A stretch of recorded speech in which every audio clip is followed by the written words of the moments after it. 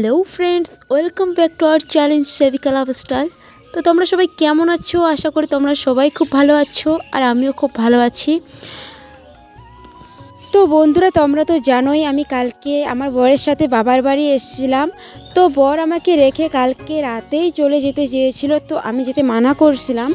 তো কালকে রাতটা ছিল, আজকে সকালে নাকি ও চলে যাবে। তো খাওয়া দাওয়া করে ও রেডি হয়ে গেছে। তো আমি বললাম বাড়িতে অনেক শাকসবজি হয়েছে, আমি কিছু ওকে দিয়ে দিই, বাড়িতে নিয়ে যাবে। এই যে এইদিকে এই যে একটা বড় এই যে এখানে এই যে কাটি এটা এই বাদ ধরো, এই যে একটা কত বড়, এখানে দেখো। হ্যাঁ দেখো তো, দেখো, দেখা যাচ্ছে তো? হ্যাঁ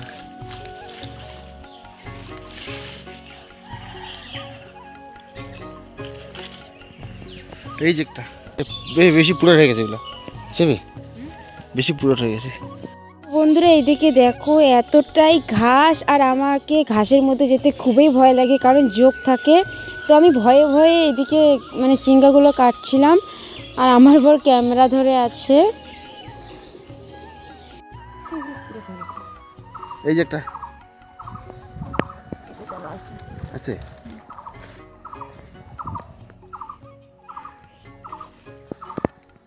এটা হ্যাঁ। তো হুট করে আমি ভয় পেয়ে গেলাম, বাপরে আমাকে জোক ধরলো নাকি। দেখি কতগুলো হইলো। অনেকগুলো হয়েছে, কমসে কম দেখো গাইস, এখানে দেখো 3 কিলো হয়ে গেছে। কত সুন্দর সুন্দর হয়েছে। চলো বাড়ি চলো।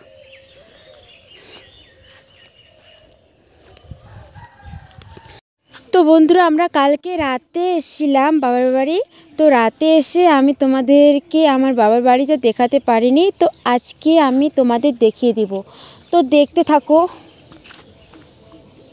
তো বন্ধুরা, এখন আমি বাড়ি চলে আসলাম, আর এদিকে আমার বর রেডি হয়ে গেছে বাড়ি যাবে বলে, আর এদিকে আমার বৌদি মানে ঝাড় দিচ্ছে। কারণ আজকে তো সকালে এতটাই বৃষ্টি হয়েছিল, মনে হচ্ছিল সারা দিন হবে, তো সারা দিন হলো না। তাই বৌদি ঝাড় দিয়ে রাখছে, কারণ অনেক গাছের পাতা পড়েছিল। তো এদিকে আবার আমার বর মায়ের কাছে আসছে বলতে যে বাড়ি চলে যাচ্ছে। তো এদিকে মা সুপারি কাটতেছে, সুপারি খাচ্ছে ও এখন।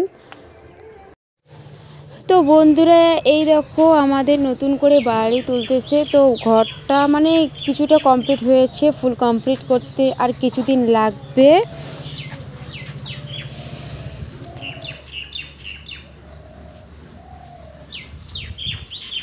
আর এদিকে দেখো আমার বর বেরিয়ে পড়ছে, একদম রাস্তা চলে এসছে ও বাড়ি যাবে বলে।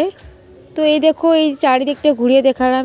এটা হচ্ছে আমাদের এদিকে ফার্ম আছে, এদিকে আবার বাবার রুম আছে, আর এই যে ঘরটা দেখতে পাচ্ছ, এটাতে আপাতত আমরা এখন থাকি। আর ওদিকে নতুনটা দেখতে পারলে, ওটা হচ্ছে নতুন করে ঘর দিচ্ছে। তো আমার বর এখন চলে যাচ্ছে, মানে চলে গেল। তো বন্ধুরা, এইদিকে দেখো মা আম কেটে আম খাচ্ছে। তো আমিও চলে আসলাম যে মা তুমি আম খাচ্ছ, আমাকেও দাও। তো মা আমাকে একটু আম কেটে দিল, আর আমিও খাইলাম। তো মাকে বললাম যে এইভাবে আম খাবো না, চলো আম মাখা খাই। তো মা বলছে ঠিক আছে মাখো। তো বৌদিকে বললাম, তো বৌদি এখন আম মাখবে, আর আমগুলো খুবই টক। তো এবার আমরা আম মাখবো, দেখো।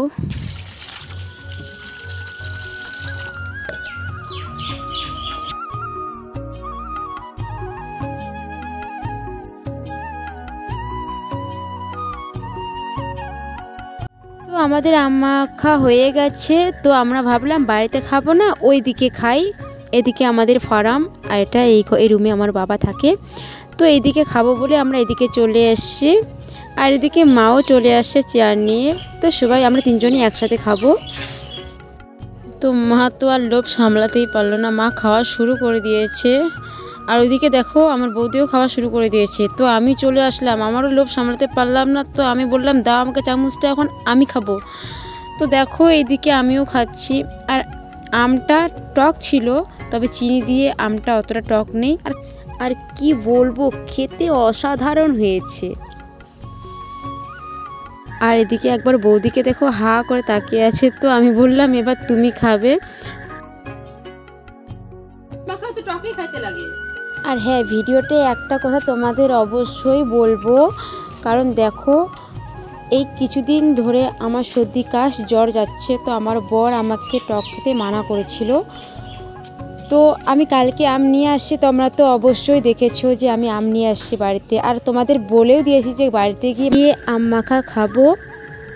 তো আগে আবার আমাকে কল করে বললো আমি কি আম খেয়েছি। তো আমি বলেছি না, শুধু সামান্য খেয়েছি। তো ভিডিওটাতে অবশ্যই দেখতে পারবে আমি কতগুলো খেয়েছি।